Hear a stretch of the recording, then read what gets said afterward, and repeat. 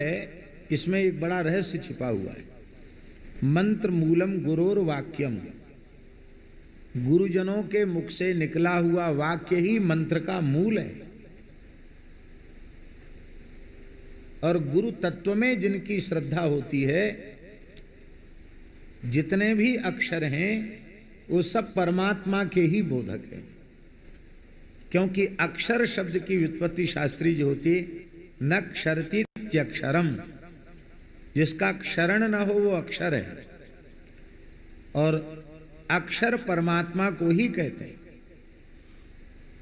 इस सत्य को जो अनुभव में साक्षात्कृत कर चुके हैं, तो अपने अनुभव में ला चुके हैं इस सत्य को, ऐसे उन सिद्ध संतों की वाणी से कोई अपशब्द भी निकलता है तो वो सुनने में अपशब्द होता है, वो भी आशीर्वाद हो जाता है, वो भी अनुग्रह बन जाता है, कृपा का कारण बन जाता है।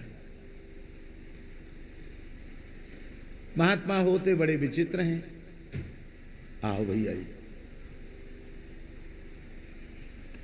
हमारे पूज्य गुरुदेव भक्तमाली जी के पास एक महात्मा रहते थे, श्री हरे राम बाबा।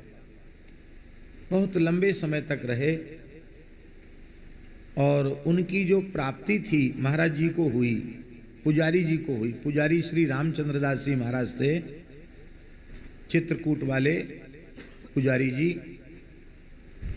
ये बात है जी 1956-57 की बात होगी।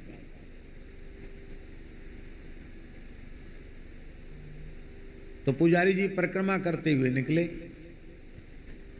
तो उन्होंने देखा कि आप विचार आप कर सकते हैं कि 1955-56 में गिरिराज जी का स्वरूप कैसा होगा, झाड़ियां कैसी होंगी, कोई रोड तो थे नहीं,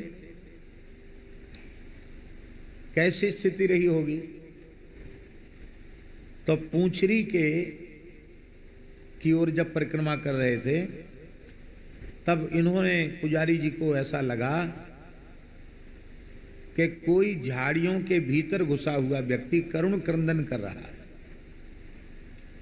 तो देखे बहुत जैसे तैसे वो ऐसी जगह पर वो पड़े थे बाबा जहां किसी का पहुंचना बड़ा कठिन था, पर जैसे तैसे झाड़ियों के नीचे नीचे खिसक खिसक के वहां तक पहुंचे तो देखा कि एक महात्मा मूर्छित अवस्था में पड़े हैं। कभी रोते हैं, कभी हंसते हैं, कभी चीखते हैं, कभी चिल्लाते हैं। अष्ट सात्विक भाव एक साथ उनके श्रीअंग में प्रकट हैं और वे बाह्य चेतना से शून्य हैं। तो पुजारी जी भी कोई सामान्य कोटि के साधक तो थे नहीं, वे समझ गए कि ये कोई सामान्य महापुरुष नहीं है। फिर वे बाबा को कीर्तन करके होश में लाए, फिर बाबा को महाराज जी के पास ले आए, भक्तमाली जी के पास। तब से लेकर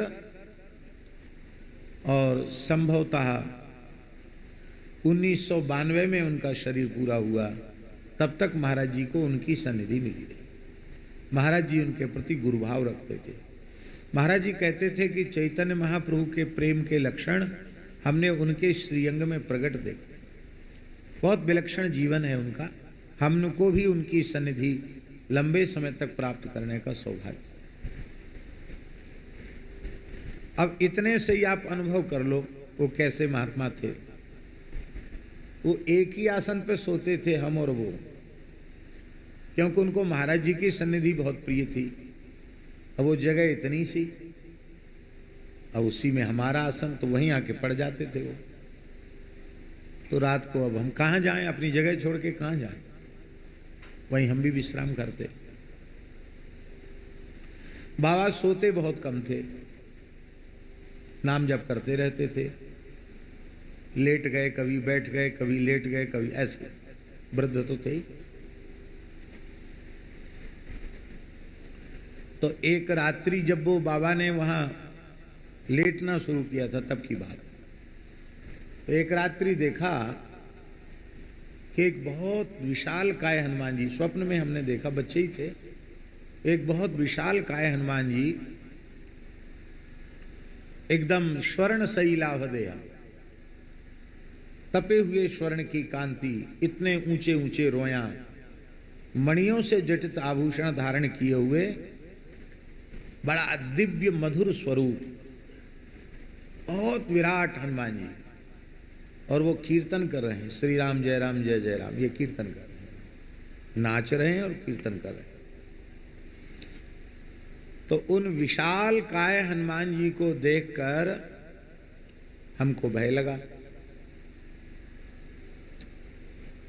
अब रहे होंगे 11 वर्ष के, 12 वर्ष के रहे होंगे ज्यादा से ज्यादा। भय लगा हमको, भय लगा। तो उसी अवस्था में बाबा ने मेरी छाती सहलाई। हमको पंडित कहते थे, पंडित डरना नहीं, तुझे हनुमान जी का दर्शन हो गया। अब हमें तो सपने में हो रहा था, लेकिन बाबा तो जग रहे थे। बाबा ने छाती सहला के हमको जगा के कहा, डरना नहीं, तुमको हनुमान जी का दर्शन हो गया। देखो मैं सतत राम नाम का जप करता हूं ना, तो हनुमान जी मेरे सामने रहते हैं। आज तुम्हें उनकी झलक मिल गई, अब निर्भय हो जाओ। उसके बाद से बार बार हनुमान जी की कृपा होने लगी। ये हमारी कोई योग्यता नहीं थी, एक सिद्ध संत की सन्निधि में केवल लेटने की ये महिमा। तो महात्मा तो ऐसे थे, इतने चमत्कार हैं उनके जीवन के भी कि हम बोल नहीं सकते, बता नहीं सकते।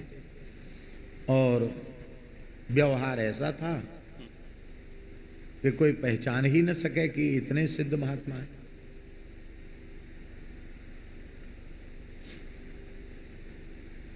गाली देते थे,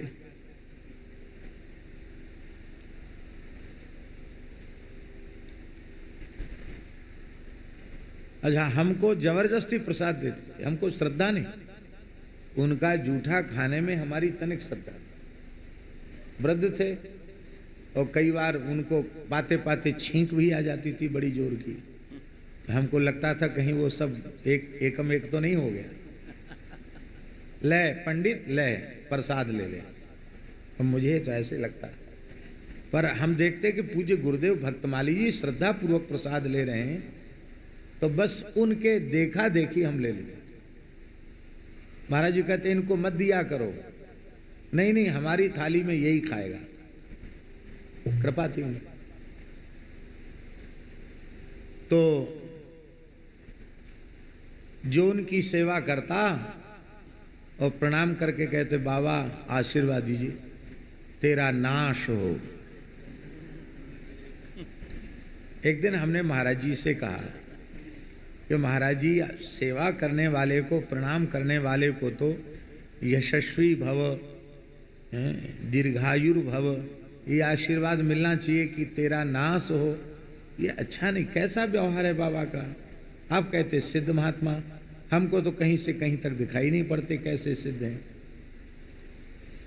महाराज जी बोले, पंडित जी तुमको नाश शब्द का अर्थ मालूम नहीं है, इसलिए तुम्हारे मन में दुख होता है। नाश माने तो नाश होता, बोले नाश माने नाश नहीं होता। गोस्वामी जी ने क्या कहा, ताते नाश न होए जीव कर, भेद भगति बाढ़े विहंग वर। नाश माने होता है उसकी अविद्या का, माया का नाश हो जाना, उसको मोक्ष प्राप्त हो जाना। तो बाबा सबको मुक्त करते हैं कि जो भी सेवा करे वो संसार चक्र से छूट जाए, उसका संसार नष्ट हो जाए। और हमसे कहते, देख बच्चा अभी तो तू विद्यार्थी है, पढ़ रहा है, पर मैं तो रहूंगा नहीं, मैं तो मर जाऊंगा, पर मेरी एक बात गांठ बांध लेना। कई बार कहते थे वो। हम कहते बाबा कौन सी बात। कहते देखो मनुष्य जन्म मिला है, फिर मनुष्य जन्म में भी ब्राह्मण के कुल में जन्म मिला है, अच्छे कुल खानदान में जन्म मिला है, अच्छे संत सदगुरु मिले हैं। अब मलमूत्र की नाली के कीड़ा मत बन जाना। आप लोग बुरो मत मानियो, वे गृहस्थाश्रम की ओर जाने को अपनी भाषा में यही बोलते थे, मलमूत्र की नाली का कीड़ा। बोले भगवान ने तुम्हें इतनी कृपा करके बनाया, अब मलमूत्र की नाली का कीड़ा मत बनना, जीवन पर्यंत संतों के चरणों में ही रहे। और हम समझते हैं उनके इस एक वाक्य ने ही हमारे मन की वृत्ति को संसार की ओर नहीं जाने दिया।